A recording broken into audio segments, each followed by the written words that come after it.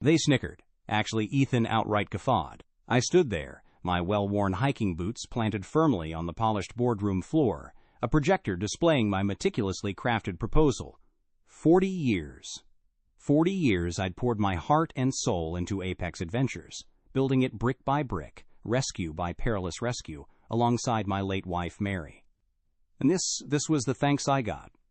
Sustainable ecotourism in the Andes. Ethan, the CEO, a man who probably couldn't tell a carabiner from a candy bar, managed to choke out between laughs. Jerry, you're a dinosaur. This is the 21st century. We're talking drone tours, virtual reality experiences, not hiking. He gestured dismissively at my boots, the same boots that had traversed glaciers, scaled treacherous cliffs, and carried me through countless blizzards to pull stranded climbers back from the brink. Boots that held more stories than Ethan's entire pampered life. This proposal, I continued, trying to maintain my composure, leverages my decades of experience in high-altitude rescue and intimate knowledge of the Andean terrain. It's irresponsible, profitable, and outdated, interrupted another board member, a fresh-faced MBA with a smirk plastered on his face. Unprofitable. Frankly, Jerry, it's embarrassing. A wave of heat washed over me. Embarrassing? I'd risked my life countless times for this company, for these mountains. I'd seen the raw beauty of the Andes, the fragility of its ecosystem, and the resilience of its people. And they, these suits who'd never ventured beyond a 5-star resort, dared to call my vision embarrassing? The vote was a formality. They shelved the project faster than you could say early retirement package. And the package? A pittance. A meager pension that wouldn't even cover the cost of a decent pair of hiking socks, let alone the mortgage. They even had the audacity to strip me of my shares, the shares I'd earned with sweat, blood, and the unwavering support of Mary, whose dream it had always been to see the Andes protected. As I gathered my things, the snickers followed me out of the boardroom. They thought they were rid of me. They thought I was a washed-up old man, ready to fade into obscurity. They thought my hiking boots were a symbol of my obsolescence. They underestimated me, badly. They had no idea what those boots, and the man who wore them, were truly capable of. The drive home was a blur. I remember the radio playing some pop song, some catchy tune about instant gratification and fleeting fame. It felt like a cruel joke. 40 years. 40 years of dedication, loyalty, and sacrifice, reduced to a condescending pat on the back and a paltry pension. I pulled into the driveway, the familiar sight of our modest bungalow, doing little to soothe the burning anger in my chest.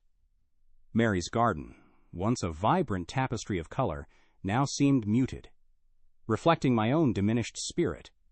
I walked inside, the silence amplifying the emptiness. It started with a cough, a persistent, nagging cough that Mary couldn't shake.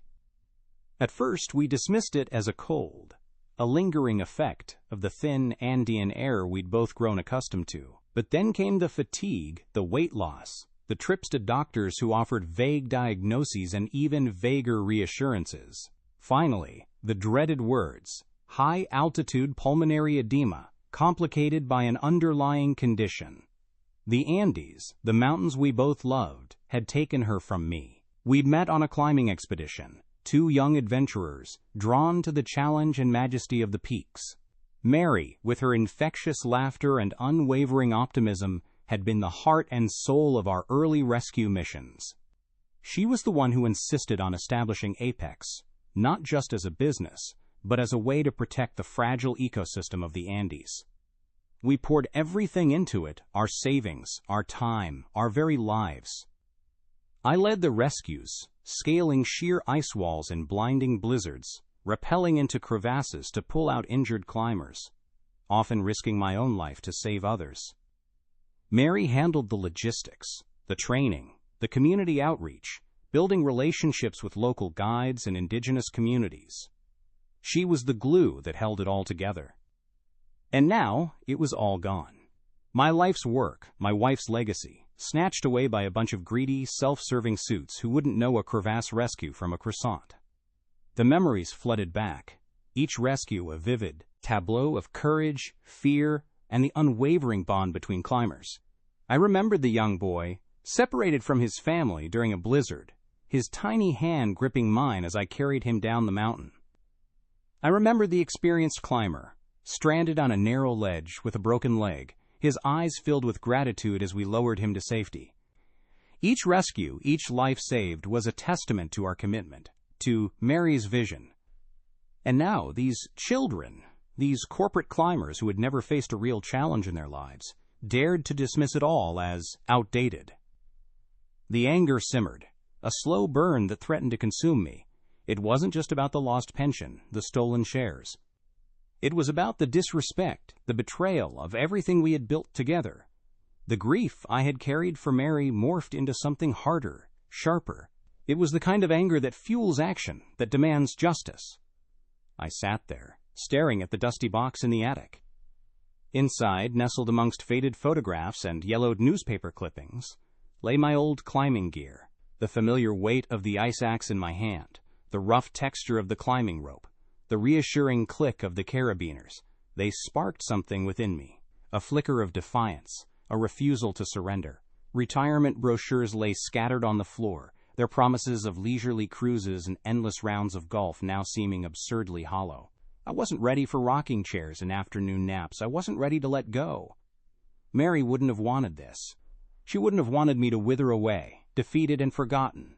She would have wanted me to fight, to protect the mountains, to honor our shared dream. And suddenly, the anger that had been simmering within me ignited into a burning resolve.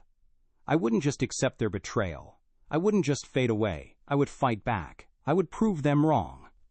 I started small, pulling out maps, charting the familiar contours of the Andes, tracing the routes of countless expeditions, both successful and tragic. The mountains were etched in my memory. Every peak, every valley, every treacherous crevasse. This was my terrain. This was where I belonged. And this, I realized, was my greatest weapon. They thought they knew the Andes. They thought they could exploit its resources, disregard its dangers, and profit from its beauty without consequence. They had no idea. They had no idea of the intricate web of life that existed within those towering peaks, the delicate balance between man and nature, the respect that the mountains demanded. And they certainly had no idea of the man they had so casually discarded. My plan began to take shape, a slow, deliberate process, like charting a course through a blizzard. I wouldn't just reclaim what was rightfully mine. I wouldn't just expose their greed and incompetence. I would dismantle their empire, brick by carefully placed brick. I started by reaching out to my old contacts, the network of local guides, indigenous communities, and even former military personnel I had cultivated over the years.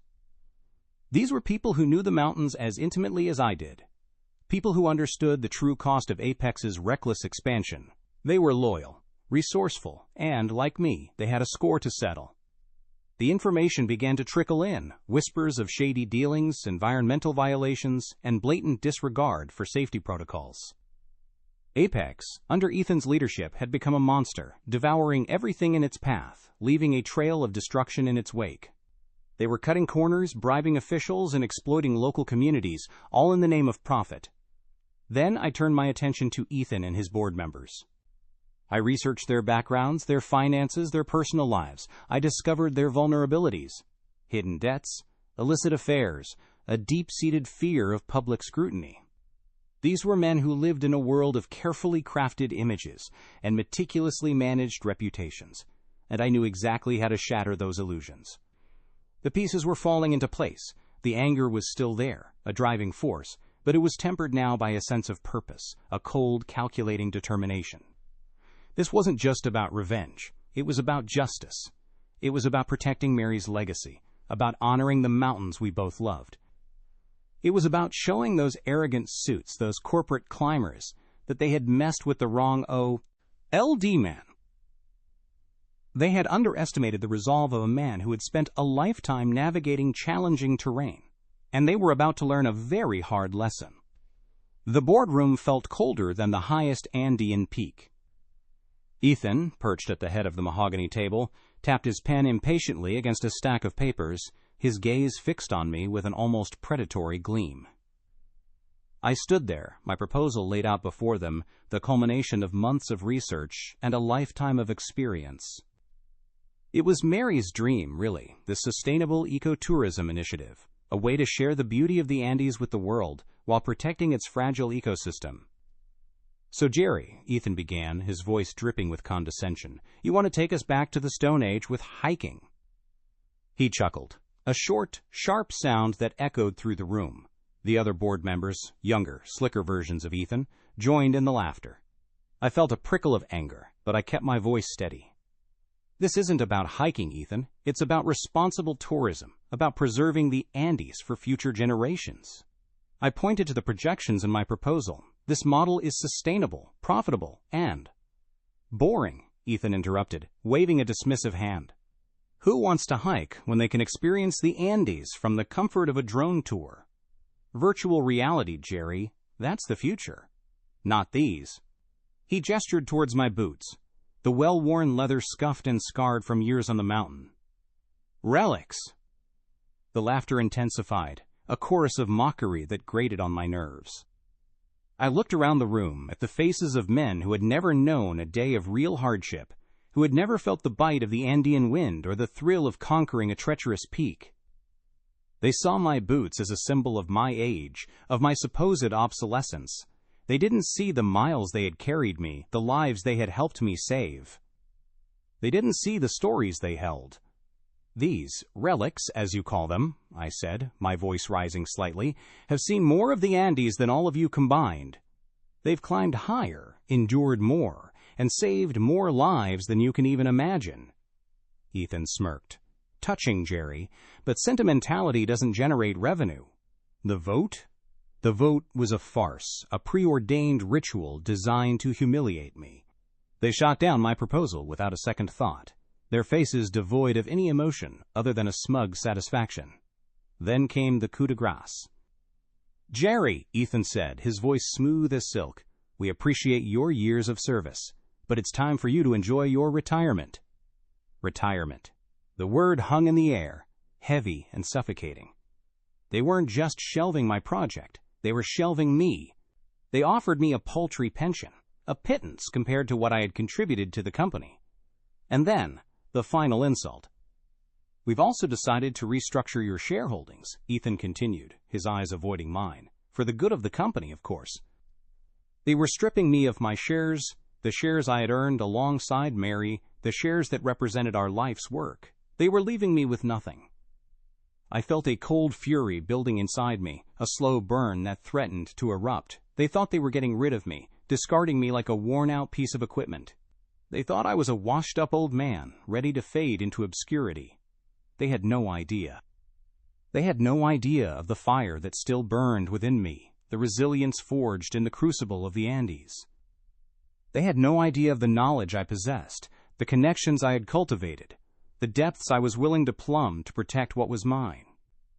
As I gathered my things, their laughter followed me out of the room, a mocking soundtrack to my dismissal. They thought they had won. They thought they had seen the last of Jerry Finch and his worn-out hiking boots. They were wrong. They had underestimated me, badly, and they were about to pay the price.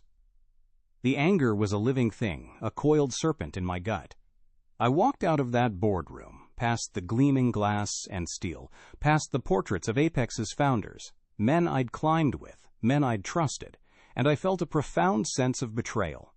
It wasn't just the money, though God knows that stung. It was the casual dismissal, the utter lack of respect. They looked at me, at my worn boots, and saw a relic, a has-been. They didn't see the man who'd hauled frostbitten climbers off Mounta, insides, the man who'd risked his neck 1,000 times to build this company, brick by perilous brick. 40 years, I'd given them 40 years of my life. I'd missed birthdays, anniversaries, even Mary's last Christmas. All because I was out there, in the Andes, doing what I loved, doing what I thought was right. Building Apex. Protecting the mountains. And for what? To be tossed aside like yesterday's newspaper? I remember one rescue in particular. A young couple, honeymooners, had strayed from the marked trail. A sudden blizzard had rolled in. Whiteout conditions. Visibility near zero. We got the call late, after dark. Most guides wouldn't have gone out in those conditions. Not a chance. But Mary, she insisted. She knew those kids didn't stand a chance if we waited till morning. So we went. Just me and two of our best guides, battling the wind, the snow, the sheer, unforgiving cold. We found them huddled together in a shallow crevasse, barely conscious.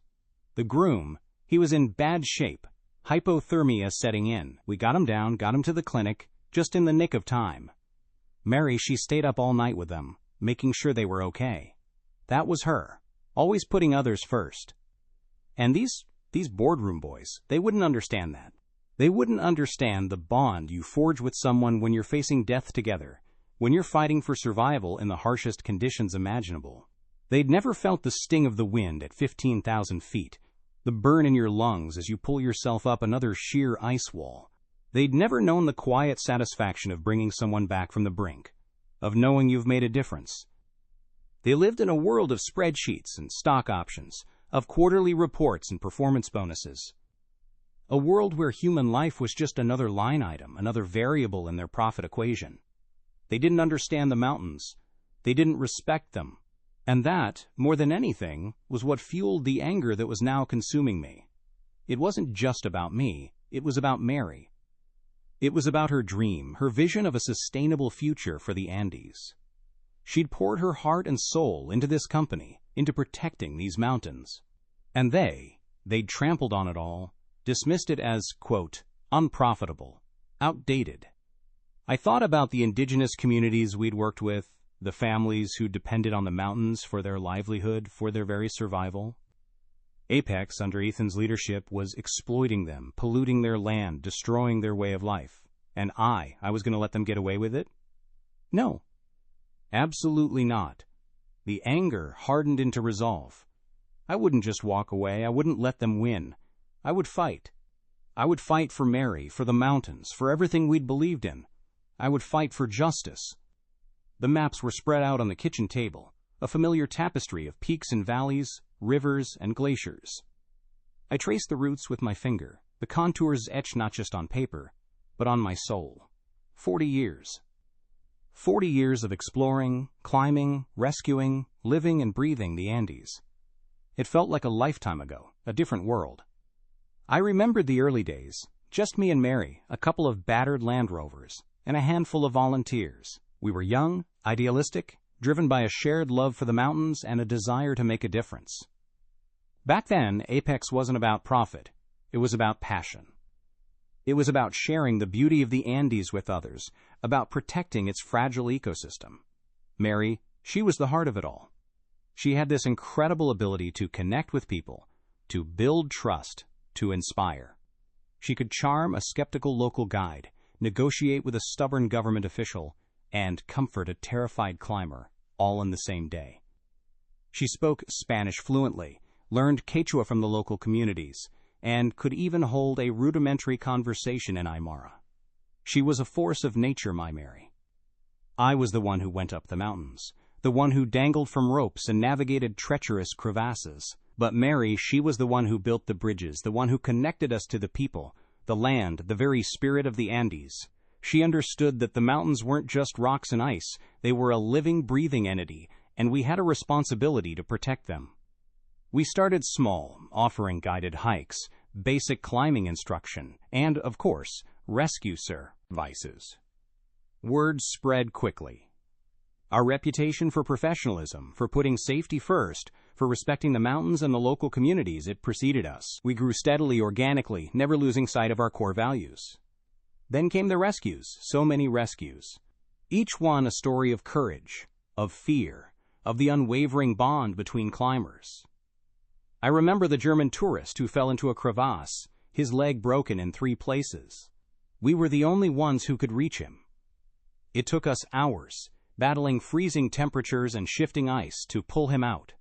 He later told me that he'd never forget the look in Mary's eyes when she finally reached him, a look of pure compassion, of unwavering determination. There was the solo climber, caught in a sudden avalanche. We found him buried under several feet of snow, barely alive. It was a miracle we found him at all. I remember digging frantically, my hands numb with cold, the fear gnawing at me. We got him out, got him to safety, but it was a close call. Too close. And then there was the young boy, separated from his family during a blizzard. He was just 8 years old, lost and alone in the vast, unforgiving wilderness. We searched for him for 2 days, our hopes dwindling with each passing hour. Finally, on the third day, we found him huddled under a rock overhang, shivering and scared but alive. I remember carrying him down the mountain, his small hand gripping mine tightly, his weight a precious burden. Each rescue, each life saved, reaffirmed our commitment, strengthened our bond with the mountains and the people who called them home. It was hard work, dangerous work, but it was rewarding work. We were making a difference. We were protecting the Andes, and in a way the Andes were protecting us. Mary always said that the mountains were a mirror, reflecting the best and worst in us. They tested our limits, pushed us to our breaking point, but they also revealed our strength, our resilience, our capacity for compassion. She dreamed of a future where the Andes would be preserved for generations to come, a future where tourism would benefit the local communities, not exploit them. She envisioned a network of sustainable eco-lodges, run by local guides, offering authentic experiences that honored the culture and traditions of the Andean people. That was her legacy, the dream she poured her heart and soul into. And now, looking at these maps, tracing the routes of so many memories, I knew what I had to do. I had to protect her legacy. I had to fight for the mountains, for the people, for everything we had believed in. I had to finish what we had started. The anger was still there, a burning ember in my chest, but now it was fueled by a deeper purpose, a fierce determination to honor Mary's dream. The boardroom boys, with their spreadsheets and their stock options, they had no idea what they were up against. They thought they had silenced me. They thought they had extinguished the fire. They were wrong. The fire was still burning, stronger than ever, and it was about to consume them. The silence in the house was deafening. It used to be filled with Mary's laughter, the clatter of pots and pans, the scent of her baking bread. Now it was just me, surrounded by ghosts. I wandered from room to room, touching her things, her books, her favorite shawl, trying to recapture a sliver of the warmth, the vibrancy that she had brought into my life. But it was no use. The emptiness was a gaping wound, a constant ache in my chest. I kept replaying the board meeting in my head, their smug faces, their condescending laughter, Ethan's dismissive wave of his hand. Outdated, unprofitable, embarrassing. The words echoed in my mind, a cruel mantra. They didn't just reject my proposal, they rejected me. They rejected everything Mary and I had built together. I thought about the young climbers I'd mentored over the years, the ones I'd taught the ropes, the ones I'd pulled back from the brink. Some of them were now working for Apex, sitting in that very boardroom, nodding along with Ethan's pronouncements, laughing at my expense. Had they forgotten everything I'd taught them? Had they forgotten the values we'd instilled in them? Respect for the mountains, responsibility to the community, the importance of putting safety above profit? One in particular, a young man named David, he had been like a son to me. I had taken him under my wing, taught him Eve. Right thing I knew. He was a natural climber, fearless, but also reckless. I'd spent countless hours drilling him on safety procedures, on the importance of respecting the mountains, of knowing your limits. He'd been there, on that rescue mission with the German tourist, the one with the broken leg. He'd seen firsthand the consequences of carelessness, the fragility of human life in the face of nature's power. And now he was sitting there, in that boardroom, a suit and tie replacing his climbing gear, a smirk replacing the look of awe I used to see in his eyes when we stood on a summit, surrounded by the majesty of the Andes. He'd become one of them, one of the corporate climbers, more concerned with profit margins than human lives. The betrayal cut deep, a sharp, stinging pain. I looked at my hands, calloused and scarred, the maps of a life spent in the mountains. These hands had pulled countless climbers to safety, had built shelters in blizzards, had planted trees to restore the ravaged slopes. These hands had held Mary's hand as she took her last breath, the thin Andean air whispering through the open window of the clinic. And now these hands that had given so much, were empty, empty of purpose, empty of hope. The grief I'd carried for Mary, the dull ache that had become a constant companion, transformed into something else, something hotter, sharper. It was anger, raw, unadulterated anger. I wasn't just grieving for Mary anymore. I was grieving for the loss of my life's work, for the betrayal of those I'd trusted, for the desecration of the mountains we both loved. The anger pulsed through me, a powerful current, electrifying my senses.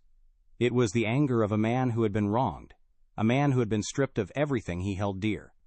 I walked over to the window, looking out at the setting sun, the last rays of light painting the sky in hues of orange and purple. The mountains, though miles away, felt closer than ever, a silent, steadfast presence. They had been my refuge, my sanctuary, my teacher. They had shown me the meaning of strength, of resilience, of the enduring power of nature. And now they were calling to me again, not for rescue, not for solace, but for something else entirely. For justice. The anger solidified into resolve, a cold, hard determination. I wouldn't let them get away with this. I wouldn't let them destroy Mary's legacy, wouldn't let them defile the mountains. I would fight back. And I would win.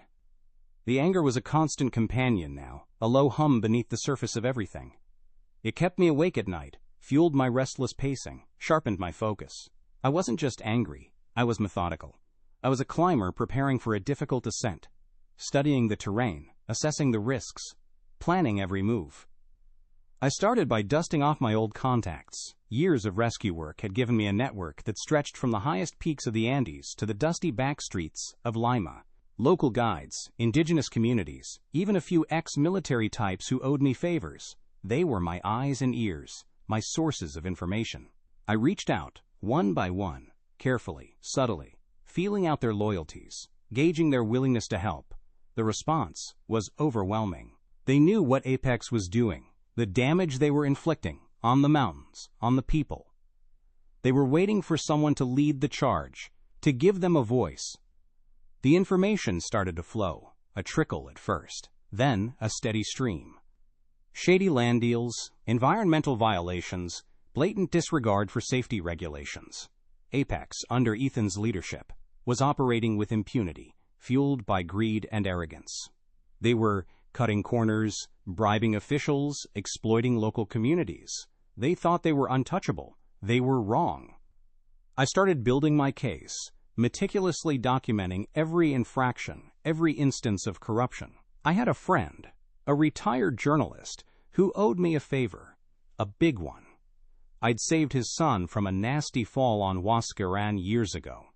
He was sharp, discreet, and he knew how to make things go viral. He would be my conduit to the press, my weapon of mass exposure. Then there was the matter of Ethan and his board. I needed to understand them, their motivations, their weaknesses. I hired a private investigator, another contact from my rescue days, a former police officer with a knack for digging up dirt. He delivered.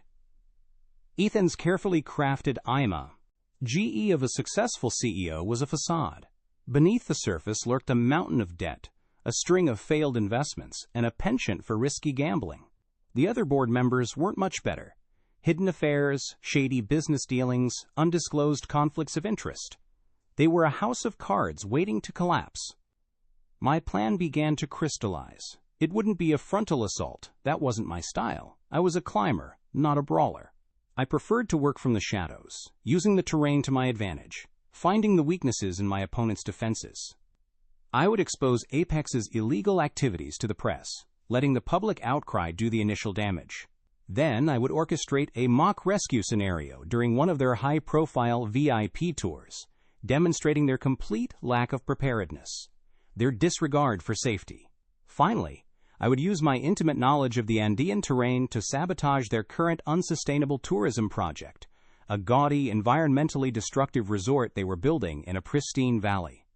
It was a risky plan, no doubt about it, but the risks were calculated. I knew the mountains, I knew the people, and I knew my enemy. I was playing a game they didn't even understand, a game of high-altitude strategy, where experience and knowledge were the ultimate weapons. I started gathering my team, a small group of trusted colleagues, experienced climbers, and survivalists, who shared my passion for the Andes and my disgust for Apex's destructive practices. We met in secret, in remote mountain cabins, poring over maps, discussing logistics, planning every detail. We were preparing for an expedition, not to conquer a mountain, but to bring down an empire. The excitement was palpable, a nervous energy that crackled in the air. We were the underdogs, the retirees, the has-beens. They had underestimated us. They had dismissed us as irrelevant. They were about to learn a very valuable lesson. They were about to learn that, sometimes, the most dangerous opponent is the one you don't see coming, the one who knows the terrain better than you do, the one who's willing to risk everything to protect what he loves. We were ready. Operation Condor was about to take flight. The retirement brochures mocked me from the coffee table, glossy images of smiling seniors playing shuffleboard and sipping cocktails on cruise ships. Was that it? Was that all I had to look forward to? Endless days of leisure, of meaningless activities, of slowly fading into oblivion? Mary would have hated it. She would have hated seeing me like this, defeated, resigned to a life of quiet desperation. She would have wanted me to fight. I grabbed the brochures, crumpled them in my fist, and tossed them into the trash. The small act of defiance felt good, a tiny spark of rebellion in the face of overwhelming despair. Then I went up to the attic, a place I hadn't visited in years, a place filled with memories, both sweet and bittersweet. Dust motes danced in the shafts of sunlight that filtered through the grimy windows, illuminating the stacks of boxes, the forgotten treasures of a lifetime. In the corner, tucked away behind a pile of old ski equipment, I found it, the battered wooden chest that held my climbing gear. My heart pounded in my chest as I lifted the lid, the familiar smell of leather and canvas filling the air. It was like opening a time capsule, a portal to another life, a life of adventure, of challenge, of purpose. I ran my hands over the worn leather of my climbing boots, the same boots that had carried me across glaciers, up sheer ice walls, through blizzards and whiteouts. They were scuffed, scarred, a testament to the miles they had traveled, the challenges they had overcome. They weren't just boots, they were a part of me, an extension of my own indomitable spirit. I picked up my ice axe, the familiar weight reassuring in my hand. I tested the edge, the sharp steel, a comforting presence. This wasn't just a tool, it was a weapon, a symbol of my resilience, my ability to carve my own path through the toughest terrain. Then came the ropes, the carabiners, the harnesses, each piece a familiar friend, a reminder of the countless climbs, the rescues, the shared triumphs and tragedies. As I sorted through the gear, the memories flooded back. The exhilaration of reaching a summit, the breathtaking views, the camaraderie of fellow climbers, the fear, the adrenaline, the sheer, raw power of the mountains, the rescues, the desperate scrambles, the moments of sheer terror, and the quiet satisfaction of bringing someone back from the brink. And Mary, always Mary, her laughter echoing through the valleys, her unwavering optimism in the face of adversity, her deep, abiding love for the Andes. She was there, in every memory, a constant presence, a guiding light.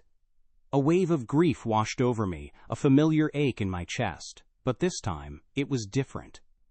The grief was intertwined with something else, something hotter, sharper. It was anger. A burning, righteous anger. They had taken her from me, these mountains, but they hadn't taken her spirit, her dream, and they certainly hadn't taken my resolve. The spark of revenge ignited, a flicker at first, then a roaring flame. I wouldn't let them get away with it. I wouldn't let them tarnish her memory, wouldn't let them destroy her legacy. I would fight back. I would prove them wrong. I would protect the Andes, the mountains we both loved, even if it was the last thing I did. I started making plans, my mind racing, the pieces falling into place. I knew the Andes like the back of my hand. I knew their secrets, their weaknesses, their hidden pathways. And I knew the people, the local communities, the guides, the climbers, the ones who truly understood the mountains, the ones who respected them. They would be my allies, my army.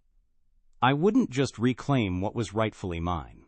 I wouldn't just expose their greed and incompetence. I would dismantle their empire, brick by carefully placed brick. I would bring them down, these corporate climbers who thought they could conquer the Andes with their spreadsheets and their stock options. They had underestimated me. They had underestimated the power of a broken heart, the fury of a man who had nothing left to lose. They were about to learn a very hard lesson. The mountains were calling, and I was ready to answer. The anger was a constant companion, a low hum beneath the surface of everything. It kept me awake at night, pacing the floor, replaying the board meeting in my head, their smug faces, their condescending laughter. But the anger wasn't just a destructive force. It was fuel. It was the engine that drove me, that sharpened my focus, that gave me purpose. I knew I couldn't just storm back into Apex and demand justice. That wasn't how the game was played.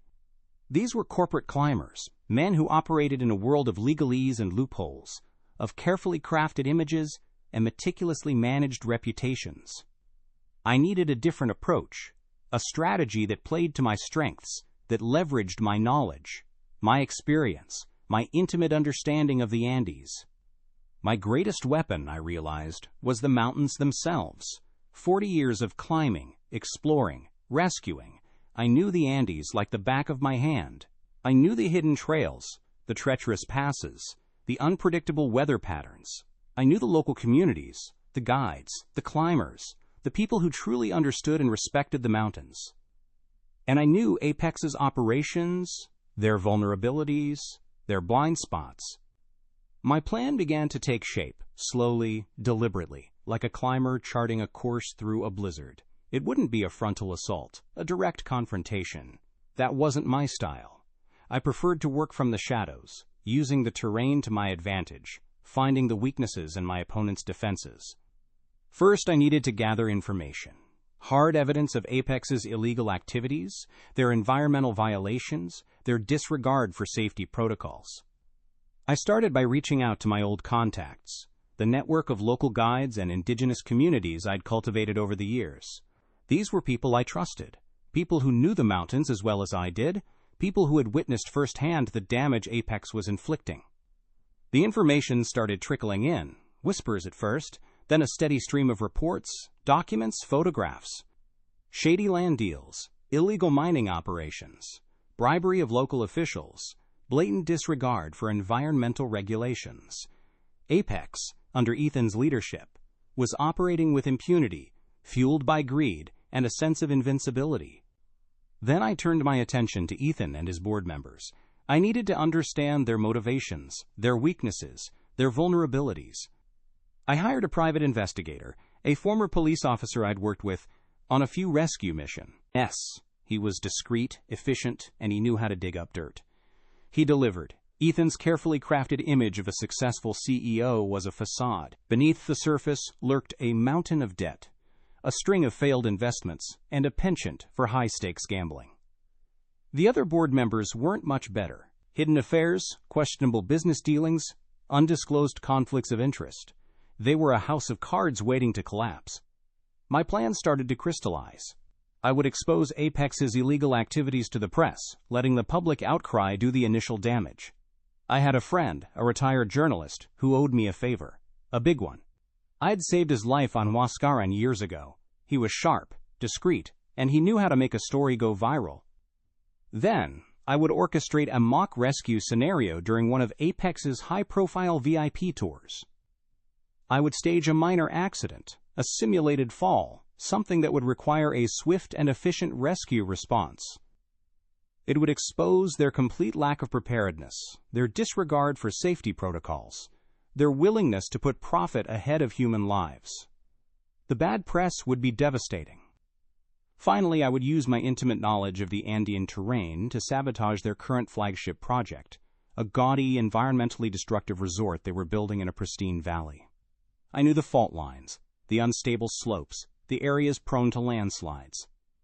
A few carefully placed explosives detonated at just the right moment would send a clear message.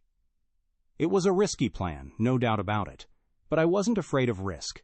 I'd spent a lifetime navigating dangerous terrain, making life-or-death decisions. This was just a different kind of climb, a different kind of challenge. And the stakes were higher than ever. This wasn't just about reclaiming my due. It was about protecting Mary's legacy, about preserving the Andes for future generations. It was about justice. I started gathering my team, a small group of trusted colleagues, experienced climbers, and survivalists who shared my passion for the mountains and my disgust for Apex's destructive practices. We met in secret, in remote mountain cabins, poring over maps, discussing logistics, planning every detail. We were preparing for an expedition, not to conquer a peak, but to bring down an empire. The excitement was palpable, a nervous energy that crackled in the air. We were the underdogs, the retirees, the has-beens. They had underestimated us.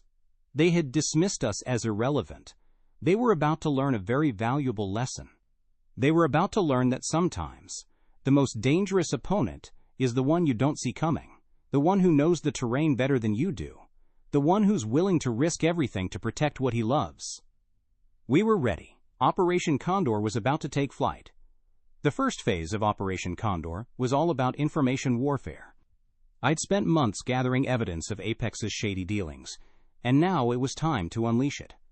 My contact, the journalist, a grizzled old veteran named Javier, had been working tirelessly, verifying my sources, corroborating the evidence, crafting a narrative that would expose Apex's greed and corruption to the world. He had a network of contacts in the media, both local and international, and he knew how to make a story stick. Javier's first article hit like a bombshell. It detailed Apex's illegal mining operations in a protected area, complete with photographs of contaminated streams and ravaged landscapes. The local communities whose livelihoods depended on the pristine environment were outraged. Protests erupted, demanding an investigation, demanding accountability. Ethan and his board members scrambled to contain the damage, issuing carefully worded denials, blaming rogue employees, promising to conduct a thorough internal review. But the damage was done. The seed of doubt had been planted. Investors started getting nervous, stock prices began to dip, and the media, sensing blood in the water, started circling. Javier's second article was even more damning. It exposed Apex's bribery of local officials, detailing how they had circumvented environmental regulations, greased the palms of government inspectors, and silenced anyone who dared to speak out. The public outcry intensified. Government investigations were launched. Politicians distanced themselves from Apex, and the company's carefully crafted image of Corpo, great responsibility began to crumble. Meanwhile, we were preparing for the second phase of Operation Condor, the mock rescue. We'd chosen our target carefully. A high-profile VIP tour, led by Ethan himself, showcasing Apex's supposed commitment to safety and adventure tourism. The tour was scheduled to climb a moderately challenging peak, one that I knew intimately. Every crevasse, every handhold, every treacherous patch of ice. Our plan was simple but effective. One of my team members, a skilled climber named Maria, would pose as a tourist on the tour. At a predetermined point on the ascent, she would, quote, accidentally slip and fall, simulating a minor injury. The rest of my team, disguised as local guides, would be strategically positioned to observe Apex's rescue response. We knew they wouldn't be prepared. They had cut corners on safety training, skimped on equipment, prioritized profit over preparedness. Their guides were inexperienced, poorly equipped, and more concerned with taking selfies than ensuring the safety of their clients. We had it all documented. Photographs, videos, eyewitness accounts. Javier would be there, camera crew in tow, ready to capture the whole debacle.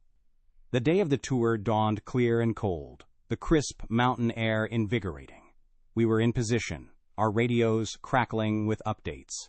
Maria, dressed in brightly colored tourist gear, blended in seamlessly with the other climbers. Ethan, resplendent in a brand-new down jacket and designer sunglasses, was holding court, boasting about Apex's safety record, his voice echoing through the thin air. As the group reached the designated point, Maria executed her fall perfectly. A carefully timed stumble, a gasp, a cry of pain, and she was down, clutching her ankle, feigning distress.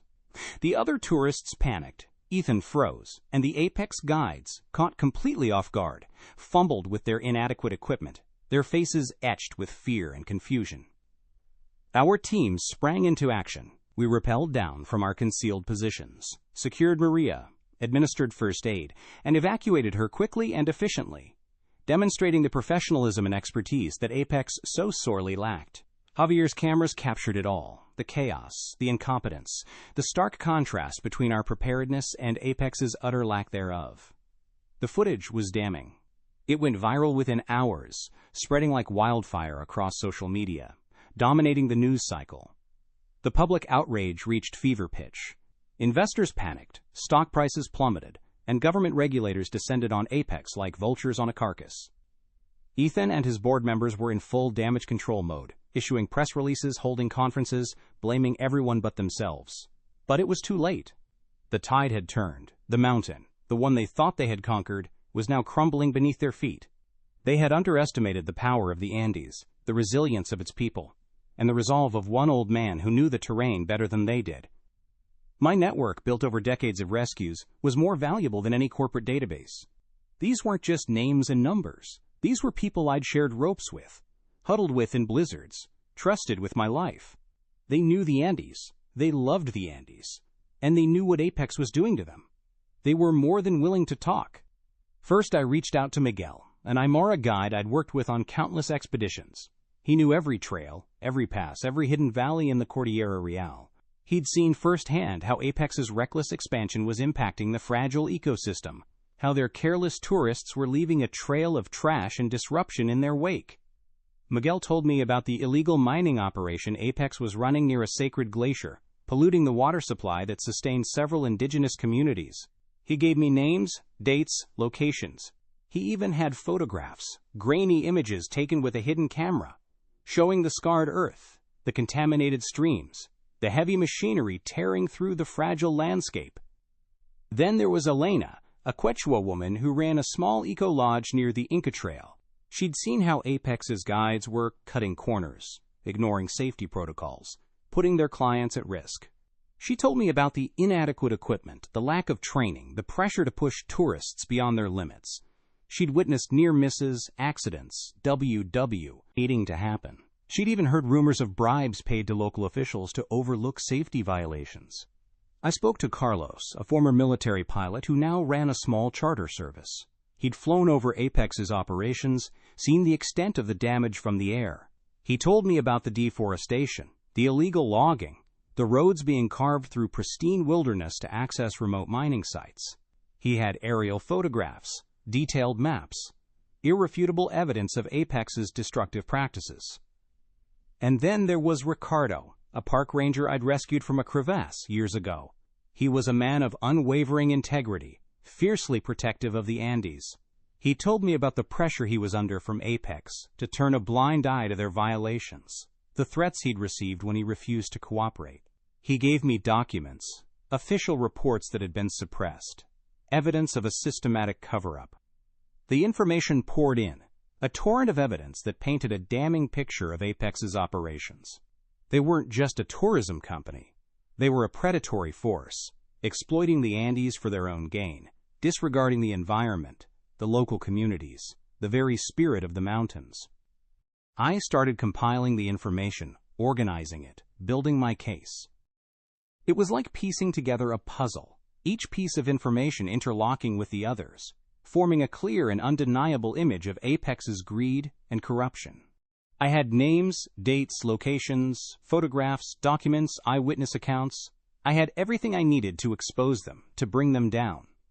But it wasn't enough. I didn't just want to expose their illegal activities. I wanted to demonstrate their incompetence, their disregard for human life. I wanted to show the world that they weren't just greedy, they were dangerous. That's when I started planning the mock rescue. My anger was a cold, hard knot in my stomach. It fueled me, kept me focused. Exposing Apex's environmental crimes was just the first step. I needed to hit them where it really hurt. Their carefully crafted image, their public persona. These men, Ethan especially, lived and breathed reputation. They were obsessed with appearances, with projecting an aura of success and respectability. I knew if I could chip away at that facade, expose the rot beneath the polished surface, they'd crumble. I started with Ethan. He was the kingpin, the mastermind behind Apex's reckless expansion.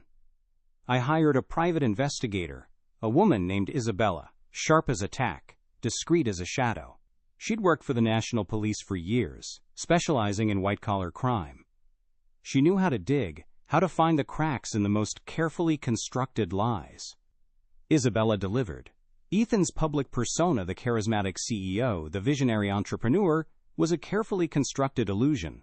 Behind the expensive suits and the confident smile lurked a mountain of debt, a string of failed investments, and a desperate scramble to maintain his lavish lifestyle. He'd leveraged everything, mortgaged his future, to keep up appearances. He was living on borrowed time, and I was about to call in the loan. Isabella uncovered a series of risky investments in volatile markets, shady offshore accounts, and a gambling habit that would make a bookie blush. She even found evidence of a secret loan he'd taken out from a notorious loan shark, a man known for his persuasive collection methods.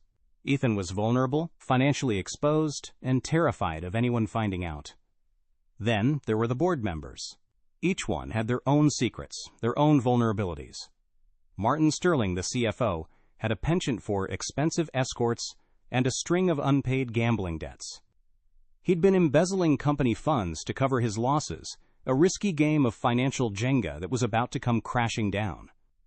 Patricia Vance, the head of marketing, had built her career on a carefully cultivated image of family values and social responsibility. Isabella uncovered a long-standing affair with a married politician, a scandal waiting to explode. She was terrified of the public fallout, the damage to her reputation. And then there was David, my former protege, the young climber I'd mentored, the one I'd thought of as a son. He'd risen quickly through the ranks at Apex, becoming Ethan's right-hand man. He was ambitious, ruthless, and completely devoid of the values I'd tried to instill in him. Isabella discovered that he'd been using insider information to profit from Apex's shady dealings, lining his pockets at the expense of the company, the environment, and the local communities. The betrayal cut deep, a sharp, stinging pain. I now had a file on each board member, a dossier of their secrets, their weaknesses, their deepest fears. These weren't just corporate climbers anymore. They were individuals, flawed, vulnerable, and terrified of exposure. They had built their careers on a foundation of lies, and I was about to pull the rug out from under them. I contacted Javier, my journalist friend. He was salivating at the prospect of another expose, a chance to bring down the high and mighty, to expose the rot at the heart of corporate greed. He knew how to use this information, how to craft a narrative that would resonate with the public, how to turn the tide of public opinion against Apex. I gave him everything: the financial records, the photographs, the eyewitness accounts, the details of their illicit affairs, their hidden debts, their carefully concealed vulnerabilities.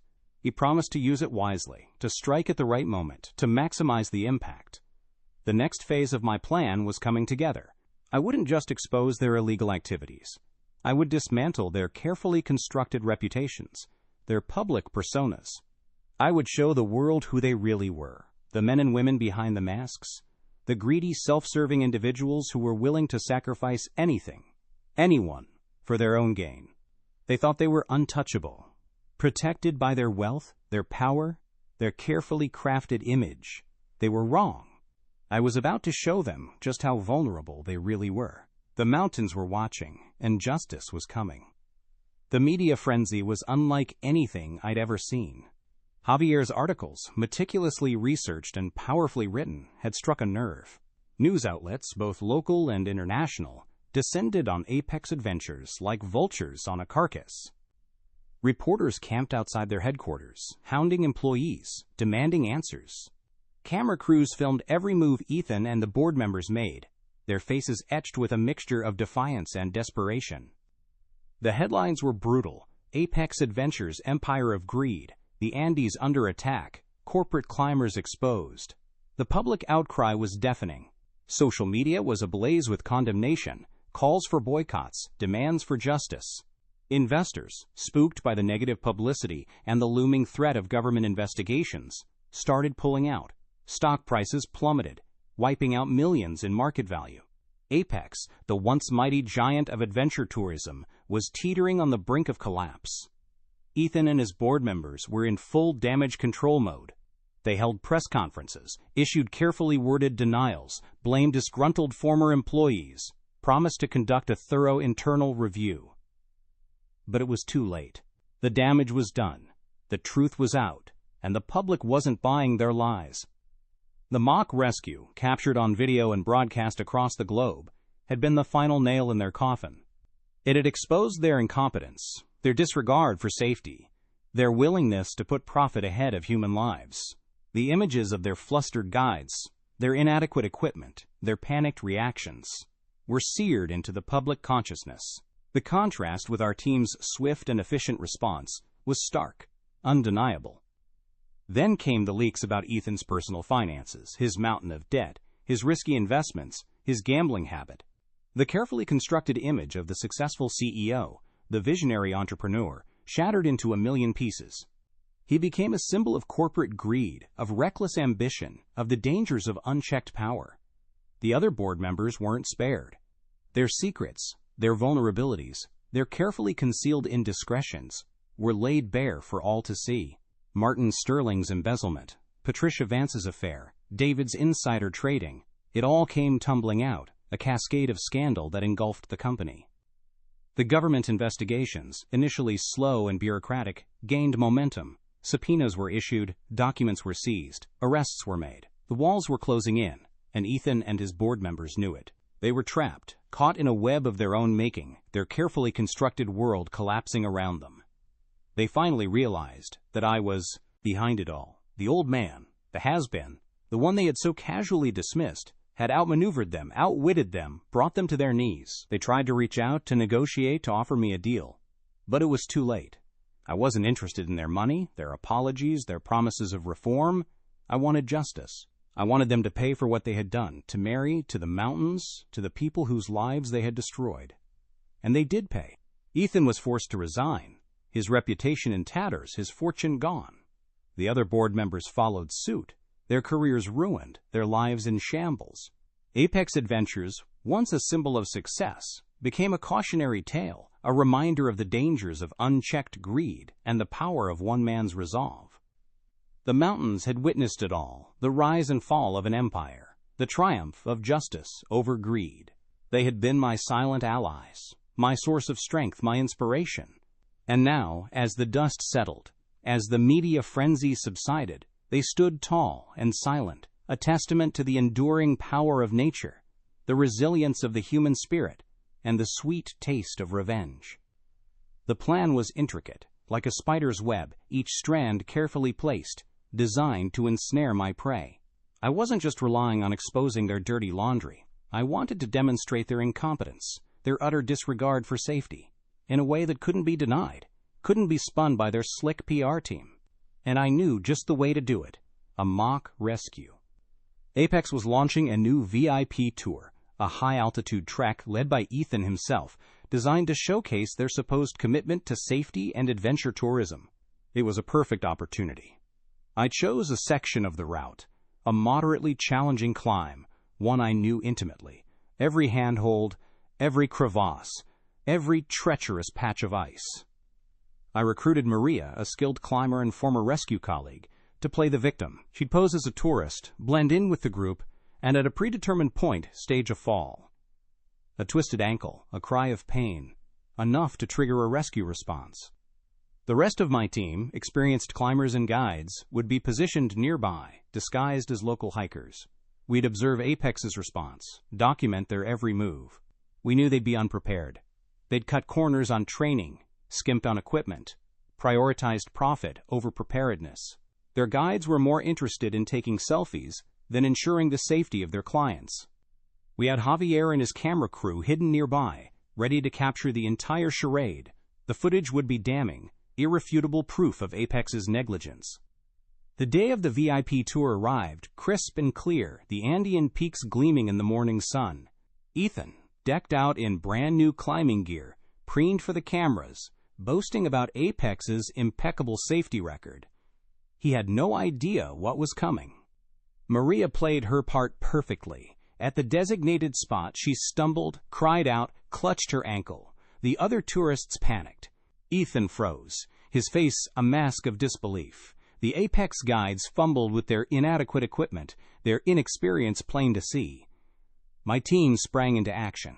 We rappelled down, secured Maria, administered first aid, and evacuated her swiftly and efficiently, a textbook demonstration of high-altitude rescue techniques. Javier's cameras captured every moment, the contrast between our professionalism and Apex's incompetence stark and undeniable. The footage went viral. News outlets around the world replayed the scene, highlighting Apex's negligence, their disregard for safety. The public outcry was immediate and intense. Investors panicked, stock prices plummeted, and government regulators launched a full-scale investigation. But the mock rescue was just one piece of the puzzle.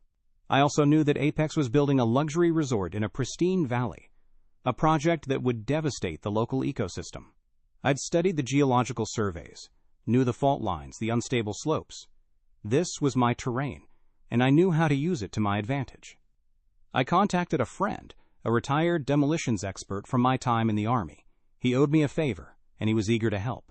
We planned it carefully, a series of small, controlled detonations designed to destabilize the construction site, to create the impression of a natural disaster. The explosions occurred at night, a series of muffled rumbles that echoed through the valley. The damage was significant, but not catastrophic. Just enough to halt construction, to raise serious questions about the viability of the project, to send investors fleeing. The media had a field day. Apex Resort hit by landslides. The headlines screamed, "Experts question safety of construction site. Environmental disaster averted." The resort project was effectively dead, another nail in Apex's coffin. The final piece of my plan was the most personal. I knew that Ethan's greatest fear was exposure, the loss of his carefully crafted image. I leaked the information Isabella had gathered to a gossip columnist, a woman with a reputation for ruthlessness and a wide reach. She published a scathing exposé detailing Ethan's financial woes, his gambling addiction, his shady business dealings. The article was a masterpiece of character assassination, and it destroyed him. Ethan resigned in disgrace, his reputation in tatters, his fortune gone. The other board members followed suit, their careers ruined, their lives in shambles. Apex Adventures, once a symbol of success, was now a cautionary tale, a testament to the dangers of greed and the power of revenge. I sat back and watched it all unfold, a quiet satisfaction settling over me. It wasn't just about the money, the shares, the lost pension. It was about justice. It was about protecting Mary's legacy, about preserving the Andes, the mountains we both loved. It was about showing those corporate climbers that they couldn't conquer everything, that some things were more valuable than profit. The mountains had witnessed it all, the rise and fall of an empire, the triumph of justice over greed. They had been my silent allies, my source of strength, my inspiration. And now, as the dust settled, they stood tall and silent, a testament to the enduring power of nature, the resilience of the human spirit, and the sweet taste of revenge. The old climbing gym, tucked away in a forgotten corner of the city, smelled of chalk dust and sweat, a familiar aroma that took me back to my younger days. It wasn't much to look at, the equipment worn, the walls scuffed, but it was a sanctuary, a place where climbers of all ages and abilities came to test their limits, to push themselves beyond their comfort zones. It was the perfect place to assemble my team. I'd reached out to a few old colleagues, men and women I'd climbed with, rescued with, trusted with my life. They were the best of the best, experienced climbers, seasoned guides, survival experts, each with their own unique set of skills. They were also, like me, deeply disillusioned with what Apex had become, disgusted by their greed, their disregard for the mountains, their betrayal of everything we had built together. First, there was Ricardo, my old climbing partner, a man as steady and dependable as a granite wall. He knew the Andes like the back of his hand, every route, every crevasse, every hidden trail. He was a master of logistics, a meticulous planner, the kind of guy you wanted by your side when things got tough. Then there was Isabella, the private investigator I'd hired to dig up dirt on Ethan and the board.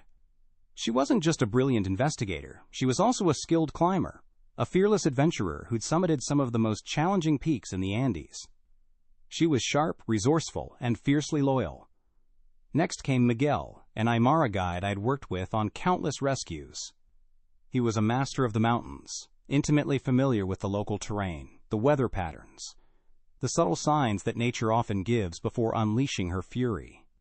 He was also deeply connected to the indigenous communities, a valuable asset in navigating the complex cultural landscape of the Andes. And finally, there was Maria, the young climber who'd played the victim in the mock rescue.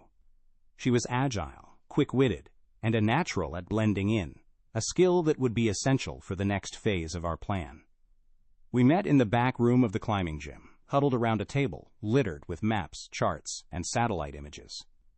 The air crackled with a nervous energy, a mix of excitement and apprehension. We were about to embark on a dangerous mission, one that would require all our skills, all our experience, and all our courage.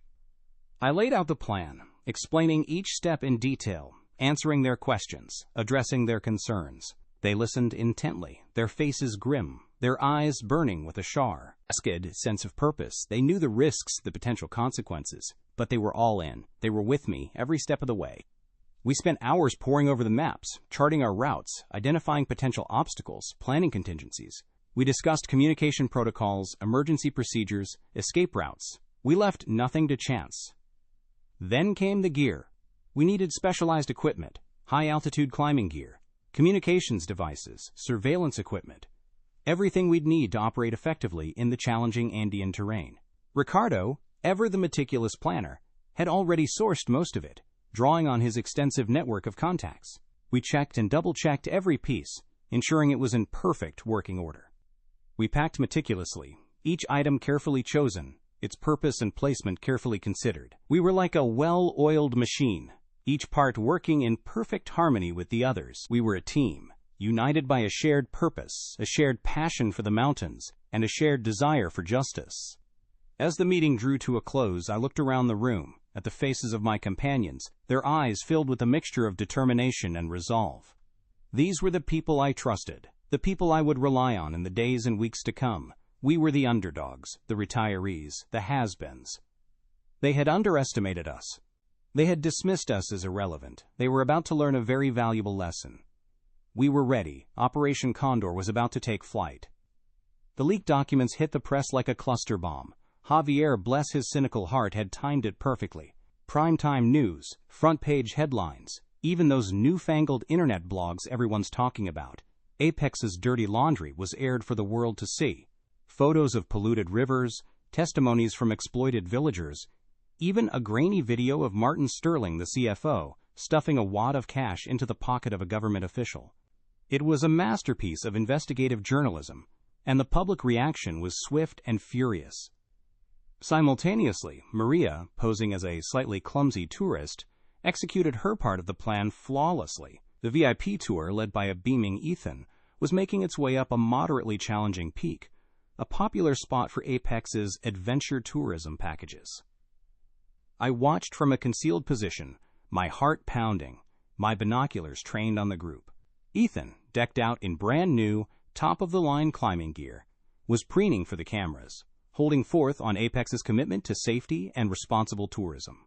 The irony wasn't lost on me. At the prearranged spot, a narrow ledge overlooking a steep drop-off, Maria slipped. A carefully timed stumble, a gasp, a cry of pain, and she was down, clutching her ankle, feigning a serious injury. The other tourists, mostly wealthy city folk in ill-fitting hiking boots, panicked. Ethan, his face a mask of disbelief and annoyance, barked orders at the Apex guides. The guides, young, inexperienced, and more concerned with their Instagram feeds than the safety of their clients, fumbled with their equipment. They were clearly out of their depth, their training inadequate, their gear insufficient for a genuine high-altitude rescue. It was exactly what we'd anticipated. My team, positioned nearby, sprang into action. Ricardo, Miguel, and Isabella, disguised as local guides, rappelled down to Maria, secured her in a stretcher, and, with practiced efficiency, evacuated her from the ledge. The whole operation, swift and seamless, was a stark contrast to the Apex guides' clumsy efforts. Javier's camera crew, hidden amongst the rocks, captured every moment. The footage, broadcast on national television that evening, was devastating. The public saw the stark difference between our team's professionalism and Apex's incompetence. They saw the fear in Ethan's eyes, the panic in the faces of the Apex guides. They saw the truth. The fallout was immediate and catastrophic for Apex. Investors, already spooked by the leaked documents, pulled their funding. Stock prices plummeted. Government agencies launched investigations. The media, sensing blood in the water, went into a frenzy. Ethan and the board members were bombarded with questions, their denials sounding increasingly hollow, their carefully crafted image crumbling before their eyes. They were trapped, caught in a web of their own making, and they had no idea how to escape. They suspected foul play, of course, but they had no proof, no way to connect the dots back to me. They were like climbers caught in a sudden blizzard, disoriented, lost, and desperately searching for a way out. But there was no way out. The mountain, the one they thought they had conquered, was now turning against them, its unforgiving slopes a testament to their arrogance and greed. They had underestimated the power of the Andes, the resilience of its people, and the resolve of one old man who knew the terrain better than they did. The first phase of Operation Condor was complete. The foundation of their empire had been shaken, but the fight wasn't over. I had more surprises in store for them, more ways to expose their lies, their corruption, their utter disregard for everything Mary and I had built. The mountains were watching, and justice was coming. The air crackled with anticipation. Months of planning, of meticulous preparation had led to this moment. Operation Condor was in full swing, and I, perched on a rocky outcrop overlooking the valley, felt a strange calm settle over me. This wasn't the nervous energy of a climber facing a challenging ascent. This was the quiet confidence of a general surveying the battlefield, knowing he had the advantage. Javier, bless his heart, had delivered a knockout punch with the leaked documents. The timing was impeccable. Primetime news, front-page headlines, even those internet blogs. Everywhere you looked, Apex's dirty laundry was aired for the world to see. Photos of polluted rivers, testimonies from exploited villagers, even a grainy video of Martin Sterling, the CFO, slipping an envelope full of cash to a government official. The public outcry was deafening, a chorus of outrage that echoed across the country. Ethan, oblivious to the storm brewing around him, was leading the VIP tour up the mountain. I watched through my binoculars as they made their way up the trail, a colorful procession of brightly clad tourists, their expensive hiking boots crunching on the rocky path. Ethan, decked out in his brand-new top-of-the-line climbing gear, preened for the cameras, boasting about Apex's commitment to safety and responsible tourism. The irony wasn't lost on me. Maria, our inside operative, was playing her part perfectly. She'd blended in seamlessly with the other tourists, feigning clumsiness, asking nervous questions about the altitude, the terrain, the wildlife. She was a natural, and even Ethan, with his inflated ego and limited understanding of human nature, hadn't suspected a thing. We'd chosen the location for the accident carefully. A narrow ledge, overlooking a steep drop-off, just challenging enough to require a skilled rescue, just exposed enough to make any mistakes painfully obvious. I'd climbed this section of the mountain countless times, knew every handhold, every crevasse, every treacherous patch of ice. I knew exactly what to expect, and I knew exactly how Apex would fail. The moment arrived. Maria, following the script we'd rehearsed countless times, stumbled, cried out, and fell, clutching her ankle, feigning a serious injury. The other tourists, mostly wealthy city folk in ill-fitting hiking boots, panicked. Ethan, his face a mask of annoyance and disbelief, barked orders at the Apex guides. The guides, young, inexperienced, and more interested in their Instagram feeds than the safety of their clients, fumbled with their equipment. They were clearly out of their depth, their training woefully inadequate, their gear insufficient for a genuine high-altitude rescue. It was a textbook example of what happens when you prioritize profit over preparedness. My team, positioned nearby, sprang into action. Ricardo, Miguel, and Isabella, disguised as local guides, rappelled down to Maria, secured her in a stretcher, and with practiced efficiency, evacuated her from the ledge. It was a textbook, high-altitude rescue, swift, seamless, and executed, with the kind of expertise that comes from years of experience. Javier's camera crew, hidden amongst the rocks, captured every moment. The footage, broadcast on national television that evening, was devastating for Apex. The public saw the stark contrast between our team's professionalism and Apex's incompetence. They saw the fear in Ethan's eyes, the panic in the faces of the Apex guides. They saw the truth. The combined impact of the leaked documents and the mock rescue was catastrophic for Apex. Investor confidence evaporated, stock prices continued their freefall, and government regulators launched a full-scale investigation. The media, sensing blood in the water, went into a feeding frenzy, dissecting every aspect of Apex's operations, exposing their every flaw, every instance of greed and negligence. Ethan and the board members were besieged by reporters, their denials sounding increasingly hollow, their carefully crafted image crumbling before their eyes. They suspected foul play, of course, but they had no proof, No way to connect the dots back to me. They were like climbers caught in a sudden blizzard, disoriented, lost, desperately searching for a way out. But there was no way out. The mountain, the one they thought they had conquered, was now turning against them. Its unforgiving slopes a testament to their arrogance and their greed. They had underestimated the power of the Andes, the resilience of its people, and the resolve of one old man who knew the terrain better than they did. I watched it all unfold, a quiet satisfaction settling over me. The first 2 phases of Operation Condor had been a resounding success. The foundation of their empire had been shaken. But the fight wasn't over. I had more surprises in store for them. More ways to expose their lies, their corruption, their utter disregard for everything Mary and I had built.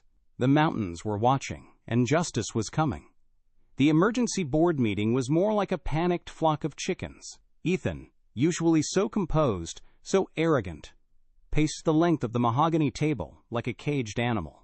His face, normally tanned and smooth, was pale and drawn, his expensive suit rumpled, his perfectly coiffed hair disheveled.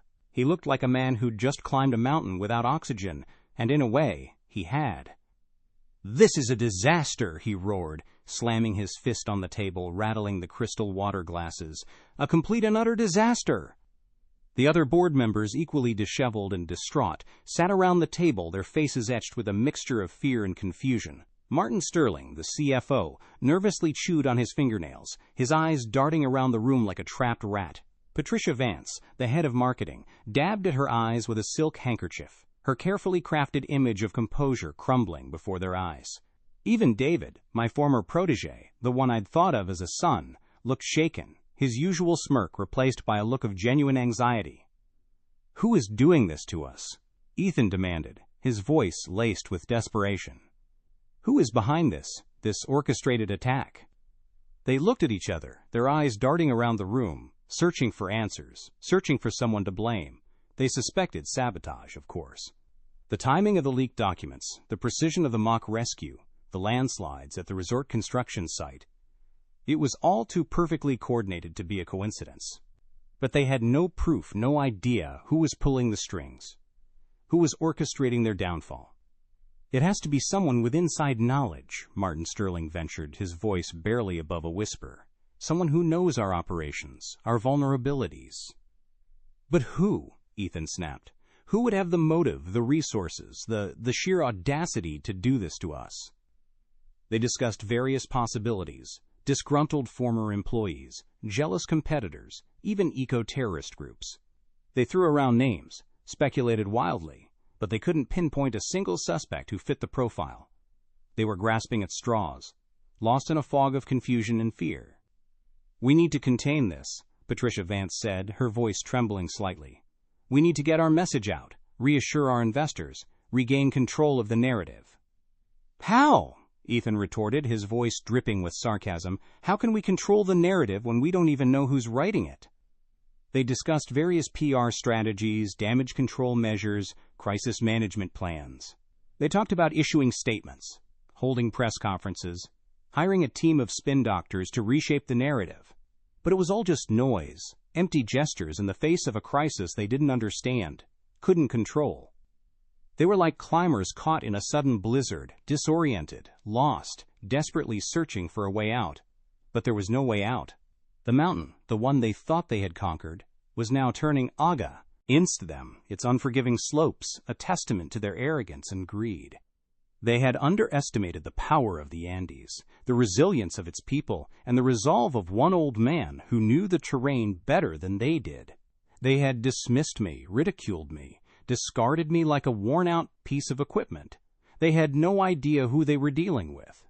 They had no idea of the fire that burned within me, the depth of my knowledge, the extent of my network.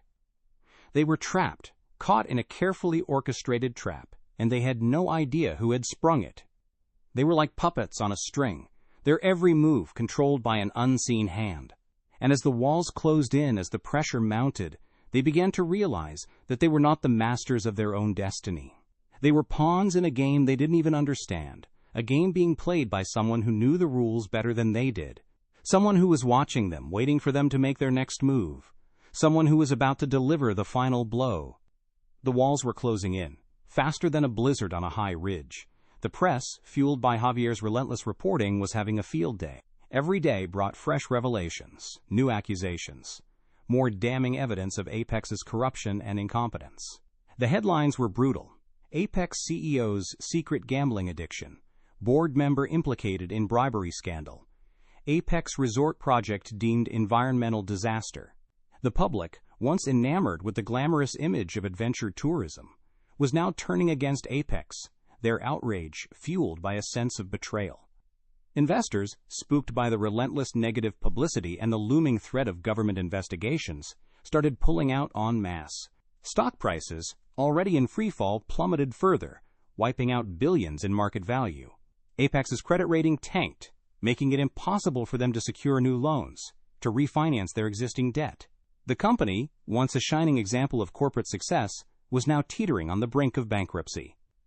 Ethan, stripped of his carefully crafted image, his fortune dwindling, became a recluse, hiding in his opulent penthouse, avoiding the press, dodging the subpoenas. He'd gone from being the golden boy of adventure tourism to a pariah, shunned by his former colleagues, ridiculed by the public, hunted by the authorities. Martin Sterling, the CFO, facing multiple charges of embezzlement and bribery, cracked under the pressure. He turned state's evidence, implicating Ethan and the other board members in a complex web of financial fraud and illegal activities. His testimony, detailed and damning, sealed Apex's fate. Patricia Vance, her carefully cultivated image of family values and social responsibility shattered by the revelation of her affair, resigned in disgrace. Her reputation ruined, her career in tatters, she retreated to a secluded villa in Europe, hoping to escape the public scrutiny and the legal repercussions. David, my former protege, the one I'd once thought of as a son, was also implicated in the scandal. His insider trading, his willingness to profit from Apex's illegal activities, came to light, destroying his career and his reputation. He'd betrayed everything I'd taught him, everything I believed in, and now he was paying the price. I felt a pang of sadness for him, a flicker of regret for what might have been. But the sadness was quickly overshadowed by a sense of satisfaction, a cold, hard certainty that justice had been served. The government investigations, initially slow and bureaucratic, gained momentum. Raids were conducted, documents were seized, arrests were made. Ethan, stripped of his wealth and his power, was finally brought to justice, facing multiple charges of fraud, bribery, and environmental violations. He was a broken man, his arrogance replaced by fear, his defiance by resignation. The other board members, their careers ruined, their reputations tarnished, faced similar fates. They were the corporate climbers, the ones who thought they could conquer the Andes with their spreadsheets and their stock options. They had underestimated the power of the mountains, the resilience of its people, and the resolve of one old man who knew the terrain better than they did. The collapse of Apex Adventures was swift and complete. Their assets were seized, their operations shut down, their name erased from the annals of adventure tourism. The empire they had built on a foundation of greed and corruption had crumbled into dust, a testament to the inevitable consequences of their actions. I watched it all unfold from my quiet mountain retreat, a sense of peace settling over me. It wasn't just about revenge, it was about justice. It was about protecting Mary's legacy, about preserving the Andes, the mountains we both loved. It was about showing those corporate climbers that they couldn't conquer everything, that some things were more valuable than profit. The mountains, silent witnesses to the rise and fall of Apex Adventures, stood tall and majestic, their snow-capped peaks gleaming in the afternoon sun. They had been my refuge, my sanctuary, my inspiration. And now, as the dust settled, as the media frenzy subsided, they remained, a symbol of enduring strength, resilience, and the quiet triumph of justice over greed. The mountains had spoken, and their message was clear. Some things are sacred, and some debts must be paid. The phones wouldn't stop ringing, a relentless jangling chorus of demands, accusations, and threats. Ethan slammed the receiver down on the polished mahogany desk, the force of the impact rattling the framed photographs of him scaling various peaks. Photos taken on carefully orchestrated publicity stunts, of course, not actual climbs. He'd never been higher than base camp on any of those mountains. He preferred the comfort of a helicopter to the arduous climb, the thrill of the photo op to the genuine challenge of the ascent. The news was grim, grimmer than a blizzard on Aconcagua. Javier's articles, fueled by the information I'd painstakingly gathered, had hit their mark. Every major news outlet, from the national newspapers to the international wire services, was running the story. Apex Adventures, Empire of Greed, the Andes under attack. Corporate climbers exposed. The headlines were splashed across screens and printed in bold ink, a stark indictment of everything Ethan had built. The television in the corner of his office blared the latest updates, the reporters' voices a relentless drone of condemnation. Footage of polluted rivers, interviews with distraught villagers, and, of course, the damning video of the mock rescue played on an endless loop. Ethan watched, his face a mask of disbelief and fury, unable to comprehend how his carefully constructed world had come crashing down so quickly. His phone rang again. He hesitated, then picked it up, his voice strained, barely a whisper. "Yes?" It was his broker, his voice tight, with barely contained panic. "Ethan, the stock's in freefall. We're down another 20%. Investors are pulling out. It's a bloodbath." Ethan slammed the phone down again, his hand trembling. He could feel the walls closing in, the pressure mounting, the ground crumbling beneath his feet. He'd built his empire on a foundation of lies, of carefully crafted illusions, and now the truth was out, exposed for all the world to see. The other board members weren't faring any better. Martin Sterling, the CFO, was holed up in his office, fielding calls from angry creditors, dodging questions from investigators. His embezzlement, his gambling debts, his shady dealings were all out in the open, his carefully constructed facade of respectability shattered into a million pieces. Patricia Vance, the head of marketing, was trying desperately to salvage her reputation, issuing carefully worded statements, blaming rogue employees, promising to conduct a thorough internal review. But no one was buying it. The public, once enamored with her carefully cultivated image of family values and social responsibility, now saw her for what she was: a hypocrite, a liar, a fraud. Even David, my former protege, the one I'd once trusted, was caught in the crossfire. His insider trading, his willingness to profit from Apex's illegal activities, had come to light, destroying his career and his reputation. He'd betrayed everything I'd taught him, everything I'd believed in, and now he was paying the price. The government investigations, initially slow and bureaucratic, gained momentum. Subpoenas were issued, documents were seized, offices were raided. Investigators, armed with warrants and fueled by a sense of righteous indignation, descended on Apex headquarters, combing through files, seizing computers, interrogating employees. The net was closing in, and Ethan and his board members knew it. They held emergency meetings, huddled behind closed doors, desperately searching for a way out. They talked about damage control, crisis management, legal strategies. They blamed each other, pointed fingers, traded accusations. But it was all for naught. The damage was done, the truth was out, and the mountains, the silent witnesses to their greed and corruption, were about to have their revenge. The public humiliation was relentless. Ethan, once a celebrated entrepreneur, a darling of the business world, was now a pariah, his face plastered across newspapers and television screens, his name synonymous with greed and corruption. He was hounded by reporters, mocked by cartoonists, vilified by the public. His carefully crafted image, the one he'd spent years building, was destroyed, reduced to ashes. The other board members suffered similar fates. Their careers were ruined, their reputations tarnished, their lives in shambles. They were the corporate climbers, the ones who thought they could conquer the Andes with their spreadsheets and their stock options. They had underestimated the power of the mountains, the resilience of its people, and the resolve of one old man who knew the terrain better than they did. They had learned a hard lesson, a lesson etched in the unforgiving slopes of the Andes, a lesson that would haunt them for the rest of their lives. Some things are sacred, and some debts must be paid. The private dining room at the exclusive Club Cordillera, usually a hub of hushed conversations and clinking champagne flutes, was filled with a tense silence. Ethan sat at the head of the table, picking at a plate of untouched ceviche, his face pale and drawn.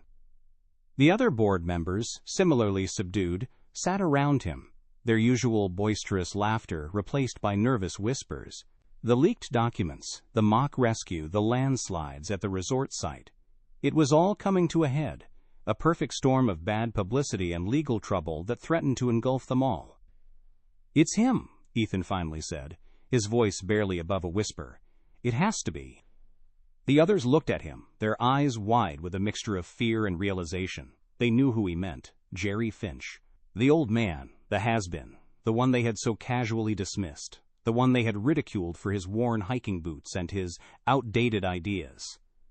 But how? Patricia Vance asked, her voice trembling slightly. How could he have orchestrated all of this?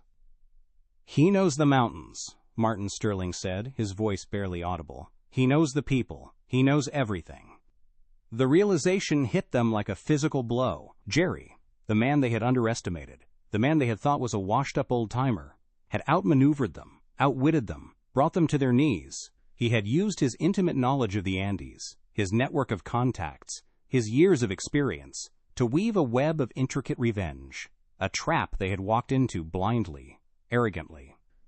They replayed the events of the past few weeks in their minds, the leaked documents, the perfectly timed mock rescue, the suspiciously convenient landslides. It all pointed to Jerry. His fingerprints, though invisible, were all over it. He had used their own arrogance against them, their blindness to his capabilities, their dismissal of his knowledge. We should have listened to him, David said, his voice filled with regret. He was the one who had laughed the loudest at Jerry's proposal, the one who had mocked his worn hiking boots, the one who had dismissed him as a relic of the past. Now he saw the folly of his arrogance, the depth of his mistake. It's too late, Ethan said, his voice flat, devoid of emotion. The damage is done. We're finished. They sat in silence, the weight of their impending doom settling over them like a heavy blanket. They had built their empire on a foundation of greed and deceit, and now it was crumbling around them, the mountains themselves exacting their revenge. They had underestimated the power of nature, the resilience of the human spirit, and the resolve of one old man who knew the terrain better than they did.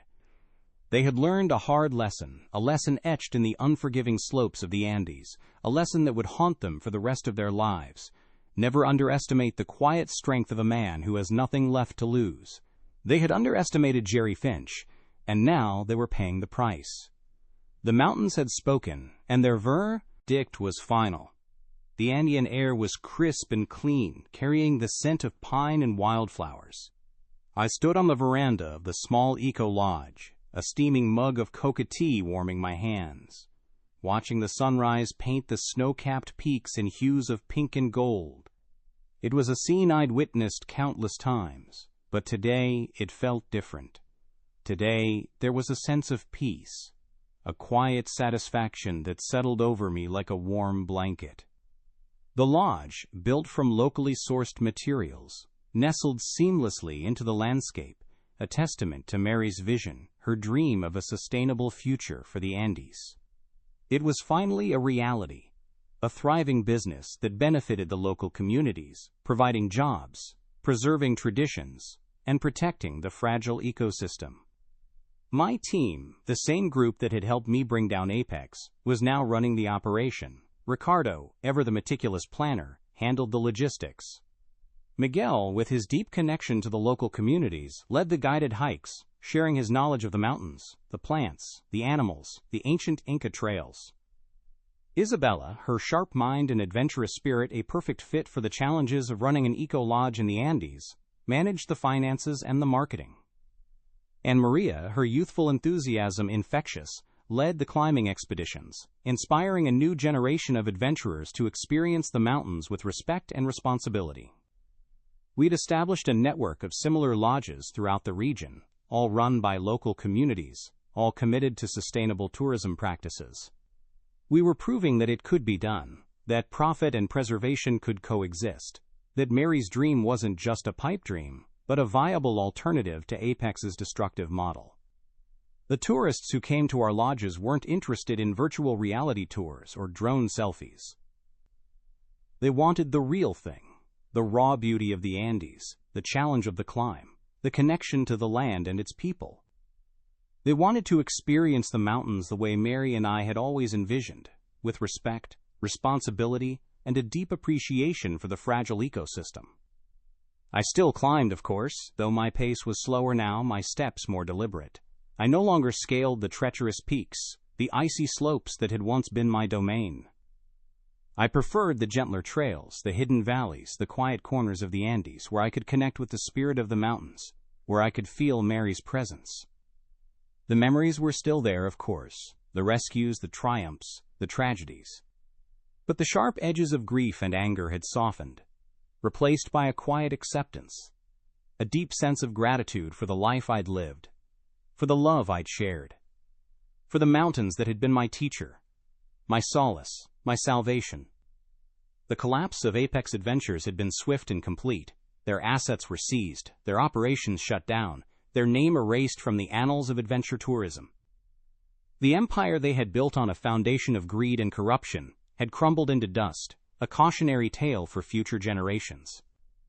Ethan and his board members had paid the price for their arrogance and their greed. Their careers were ruined, their reputations tarnished, their lives in shambles. They had learned a hard lesson, a lesson etched in the unforgiving slopes of the Andes. Never underestimate the quiet strength of a man who has nothing left to lose. I hadn't set out for revenge, not really. It had started as a way to protect Mary's legacy, to honor her dream. But somewhere along the way, it had become something more. It had become a way to reclaim my own sense of purpose, to find meaning in the face of loss, to reconnect with the mountains that had always been my home. And now, standing here, watching the sunrise paint the peaks in hues of gold, I realized that I had found something more valuable than revenge. I had found peace. A quiet, hard-won peace that came from knowing I had done what was right, that I had honored Mary's memory, that I had protected the mountains we both loved. The Andes, silent witnesses to my journey, stood tall and majestic, their snow-capped peaks, a testament to the enduring power of nature, the resilience of the human spirit, and the quiet triumph of justice over greed. The mountains had spoken, and their message was clear. Some things are sacred, and some dreams are worth fighting for, and sometimes the greatest victory is not the you win, but the one you find within yourself. The crisp mountain air filled my lungs, invigorating, familiar. It was good to be back, really back, not just visiting, not just passing through, but truly back in the Andes, the place that felt more like home than anywhere else. Months had passed since the collapse of Apex Adventures, months spent rebuilding, reconnecting, rediscovering the quiet rhythms of mountain life. We'd established a network of eco-lodges, just as Mary had always dreamed. Small, sustainable operations, run by local communities, offering authentic experiences that honored the culture and traditions of the Andean people. It wasn't easy. There were challenges, setbacks, moments of doubt, but we persevered, driven by Mary's vision, by the shared belief that a different kind of tourism was possible, one that benefited both the people and the mountains. Ricardo, my old climbing partner, was overseeing the logistics, his meticulous planning and attention to detail ensuring that everything ran smoothly. He was a natural leader, respected by the local communities, trusted by our team. He'd traded in his climbing gear for a battered pickup truck and a well-worn map of the Andes, but his spirit of adventure, his love for the mountains, remained undimmed.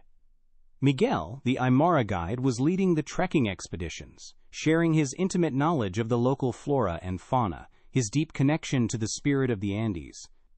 He'd always been a gifted storyteller, and now his tales of ancient Inca legends and mountain lore captivated our guests, weaving a rich tapestry of history and culture into their experience.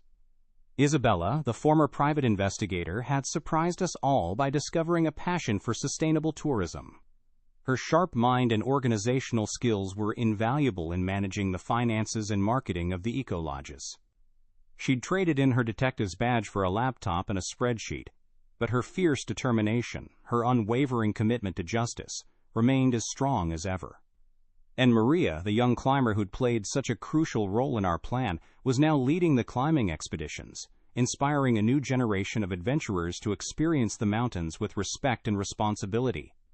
She'd found her calling, her passion for climbing now tempered by a deep understanding of the importance of preserving the fragile Andean ecosystem.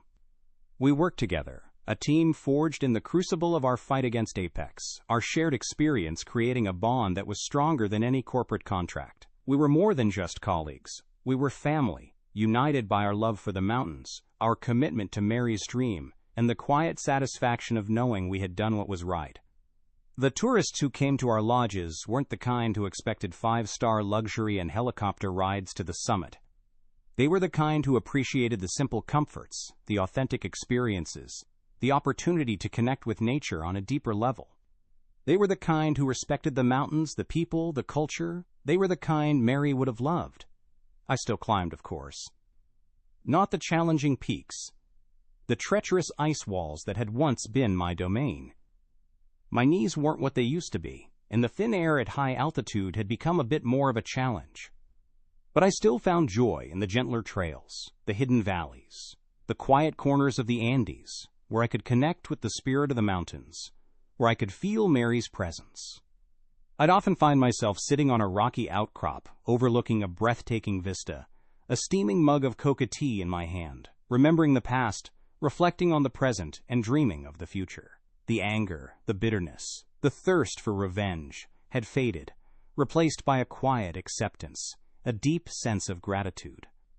I'd learned a valuable lesson, a lesson etched in the unforgiving slopes of the Andes, a lesson that transcended the corporate boardrooms and the stock market tickers. True wealth wasn't measured in dollars and cents, but in the richness of experience, the strength of relationships, the connection to something larger than oneself. The mountains had taught me that. Mary had taught me that.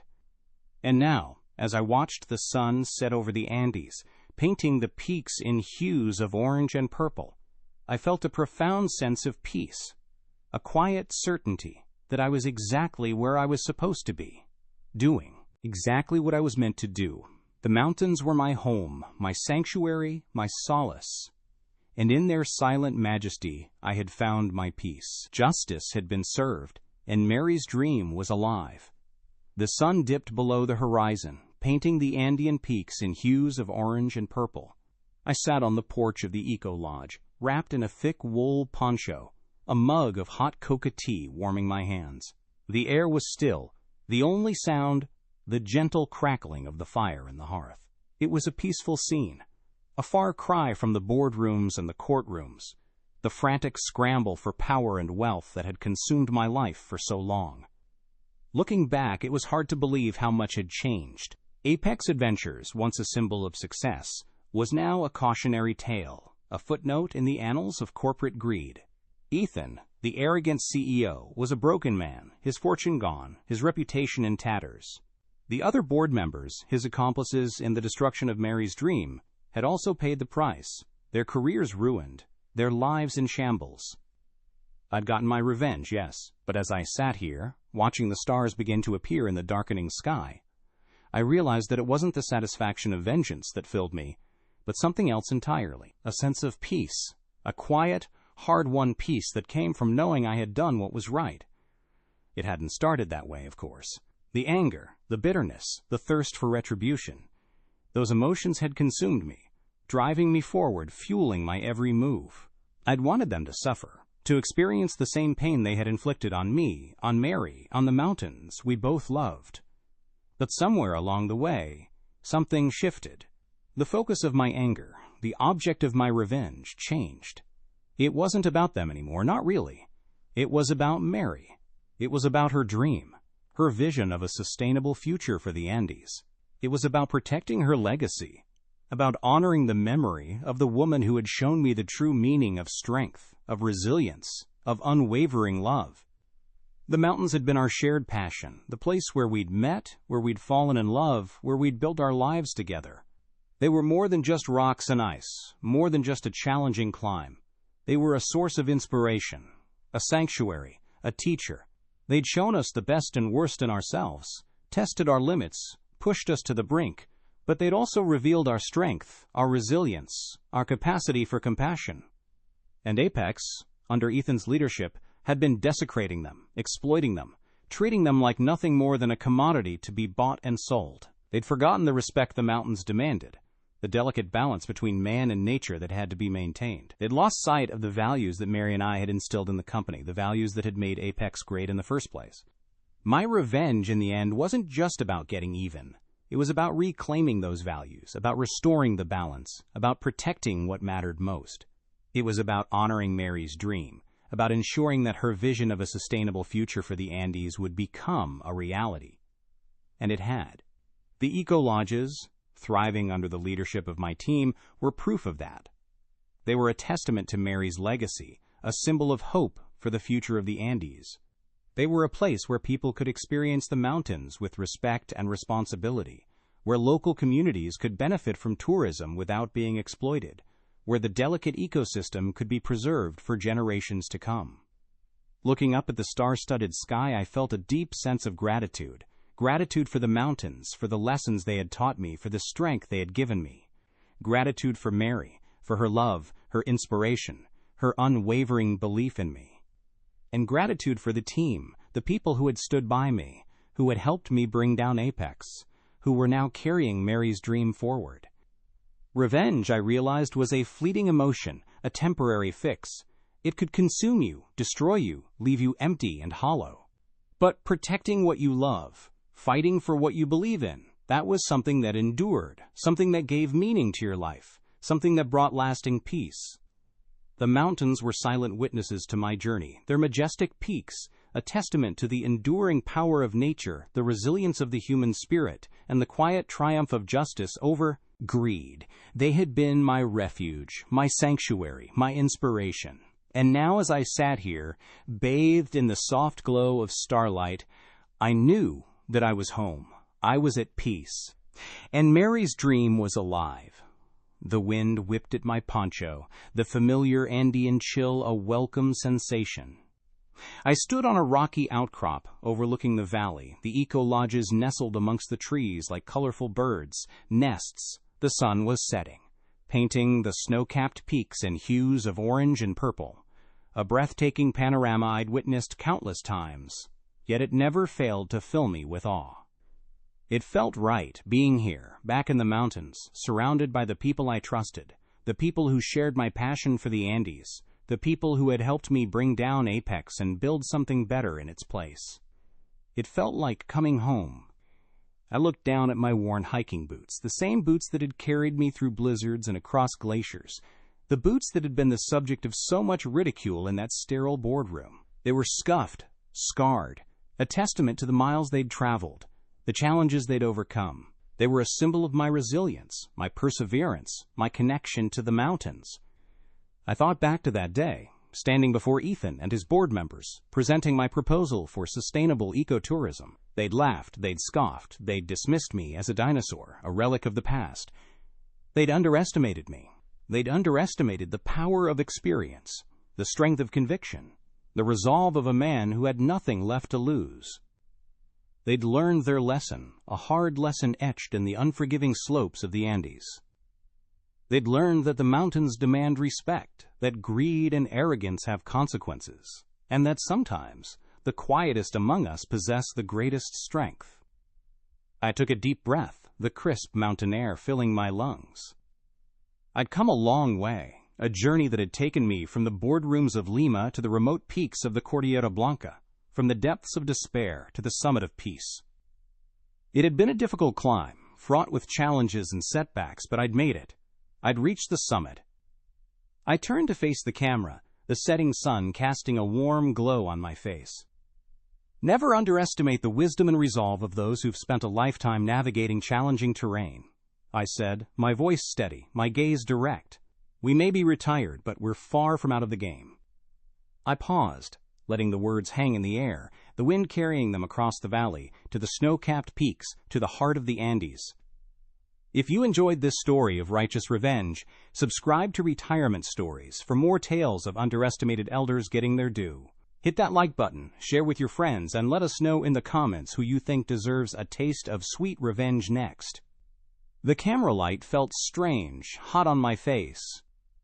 It'd been a long time since I'd faced anything like this, a long time since I'd felt the need to explain myself, to justify my actions. The Andes had always been my witness, their silent peaks the only audience I needed. But now, I felt a different kind of responsibility, a need to share my story, to offer a message of hope, perhaps even inspiration, to those who, like me, had been underestimated, dismissed, discarded. I looked directly into the lens, The black circle, a portal to a world beyond the mountains, a world I'd left behind, a world I'd almost forgotten. Never underestimate the wisdom and resolve of those who've spent a lifetime navigating challenging terrain, I said, the words coming easily, the conviction in my voice born of experience. We may be retired, but we're far from out of the game.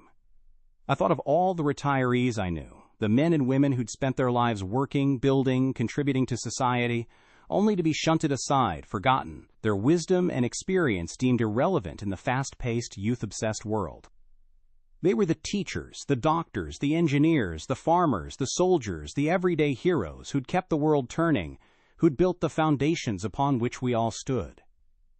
And now they were being told their time was over, that they were no longer needed, that they should quietly fade into the background, content to watch the world go by from the sidelines. I thought of Mary, her unwavering spirit, her fierce determination to protect the Andes, her dream of a sustainable future. She'd never given up, even when faced with seemingly insurmountable obstacles, even when her own health was failing. She'd kept climbing, kept pushing, kept believing, and in the end, she'd triumphed. Her dream was alive, thriving, a testament to her indomitable spirit. I thought of my team, the men and women who'd stood by me, who'd helped me bring down Apex, who were now carrying Mary's legacy forward. They were the proof that age wasn't a barrier to achievement, that experience was a valuable asset, that wisdom and resolve could conquer even the most formidable challenges. We were the retirees, the has-beens, the ones they'd underestimated, and we'd shown them what we were capable of. We may have gray hair and wrinkles, I continued, my voice gaining strength. We may move a little slower, our knees may creak a bit more, but we still have the fire in our bellies, the steel in our spines, the wisdom that comes from a lifetime of learning, of adapting, of overcoming. I looked beyond the camera, to the mountains in the distance, their snow-capped peaks gleaming in the fading light. They were a symbol of endurance, of resilience, of the enduring power of nature. They had been my teacher, my solace, my inspiration. And they were a reminder that even the most formidable challenges could be overcome, that even the most daunting peaks could be conquered. We've faced storms, we've navigated treacherous terrain, we've climbed mountains both literal and metaphorical, I said, my voice ringing with conviction. We've learned to adapt, to improvise, to persevere. We've seen the best and worst of humanity, and we've emerged stronger, wiser, more resilient. I paused, taking a deep breath, the crisp mountain air filling my lungs. So don't count us out, I said, my gaze returning to the camera, my eyes locking onto the lens, my voice firm, unwavering. Don't dismiss us, don't underestimate us. We may be retired, but we're not done yet. We still have much to offer, much to contribute. We still have mountains to climb. The camera crew packed up their gear, the whirring of the drone fading into the mountain stillness. I watched them go, a strange mix of satisfaction and unease settling over me. Sharing my story, putting myself out there like that, it felt odd. I'd always been a man of action, not words. The mountains had always been my confidants, their silent peaks, the only witnesses to my triumphs and failures. But now, my story was out there, in the digital ether, waiting to be judged, dissected, analyzed by a world I barely understood. I walked back inside the lodge, the warmth of the fire, a welcome contrast to the evening chill. Ricardo was stoking the flames, his weathered face illuminated by the flickering light. He looked up as I entered, a knowing smile spreading across his lips. "So the YouTube star has returned," he said, a twinkle in his eye. I chuckled, shaking my head. "Hardly a star, Ricardo, just an old man telling his story." "An old man who brought down an empire," he corrected, his voice filled with a quiet pride. We sat in comfortable silence for a while, the crackling of the fire the only sound. Then Ricardo spoke, his voice thoughtful. "You know, Jerry," he said, "I never thought I'd see the day when Apex would fall. They seemed so invincible." "They were arrogant," I replied, sipping my tea. "They underestimated the power of the mountains, the resilience of the people, and the resolve of an old man with a grudge." Ricardo laughed, a deep, rumbling sound that filled the room. "They certainly underestimated you, my friend. They thought they could discard you like a worn-out pair of boots. They had no idea what you were capable of." We talked late into the night, reminiscing about the past, reflecting on the present, and dreaming of the future. We talked about Mary, about her unwavering spirit, her infectious laughter, her deep love for the Andes. We talked about the eco-lodges, about the challenges of running a sustainable business, about the satisfaction of seeing Mary's dream come to fruition. We talked about the future, about the next generation of climbers, the ones who would inherit the mountains, the ones who would carry the torch. As the fire burned low, I felt a deep sense of gratitude. Gratitude for Ricardo, for his unwavering loyalty, his steadfast support. Gratitude for the rest of the team, for their courage, their commitment, their passion for the Andes. And gratitude for Mary, for the love we'd shared, for the dream she'd left behind. I looked out the window, at the mountains silhouetted against the starlit sky, their silent peaks a testament to the enduring power of nature, the resilience of the human spirit, and the quiet triumph of justice over greed. I'd come a long way, a journey that had taken me from the boardrooms of Lima to the remote peaks of the Cordillera Blanca, from the depths of despair to the summit of peace. And now, surrounded by friends, warmed by the fire and bathed in the soft glow of starlight, I knew I was home. The mountains had called, and I had answered, and in their silent majesty I had found my peace.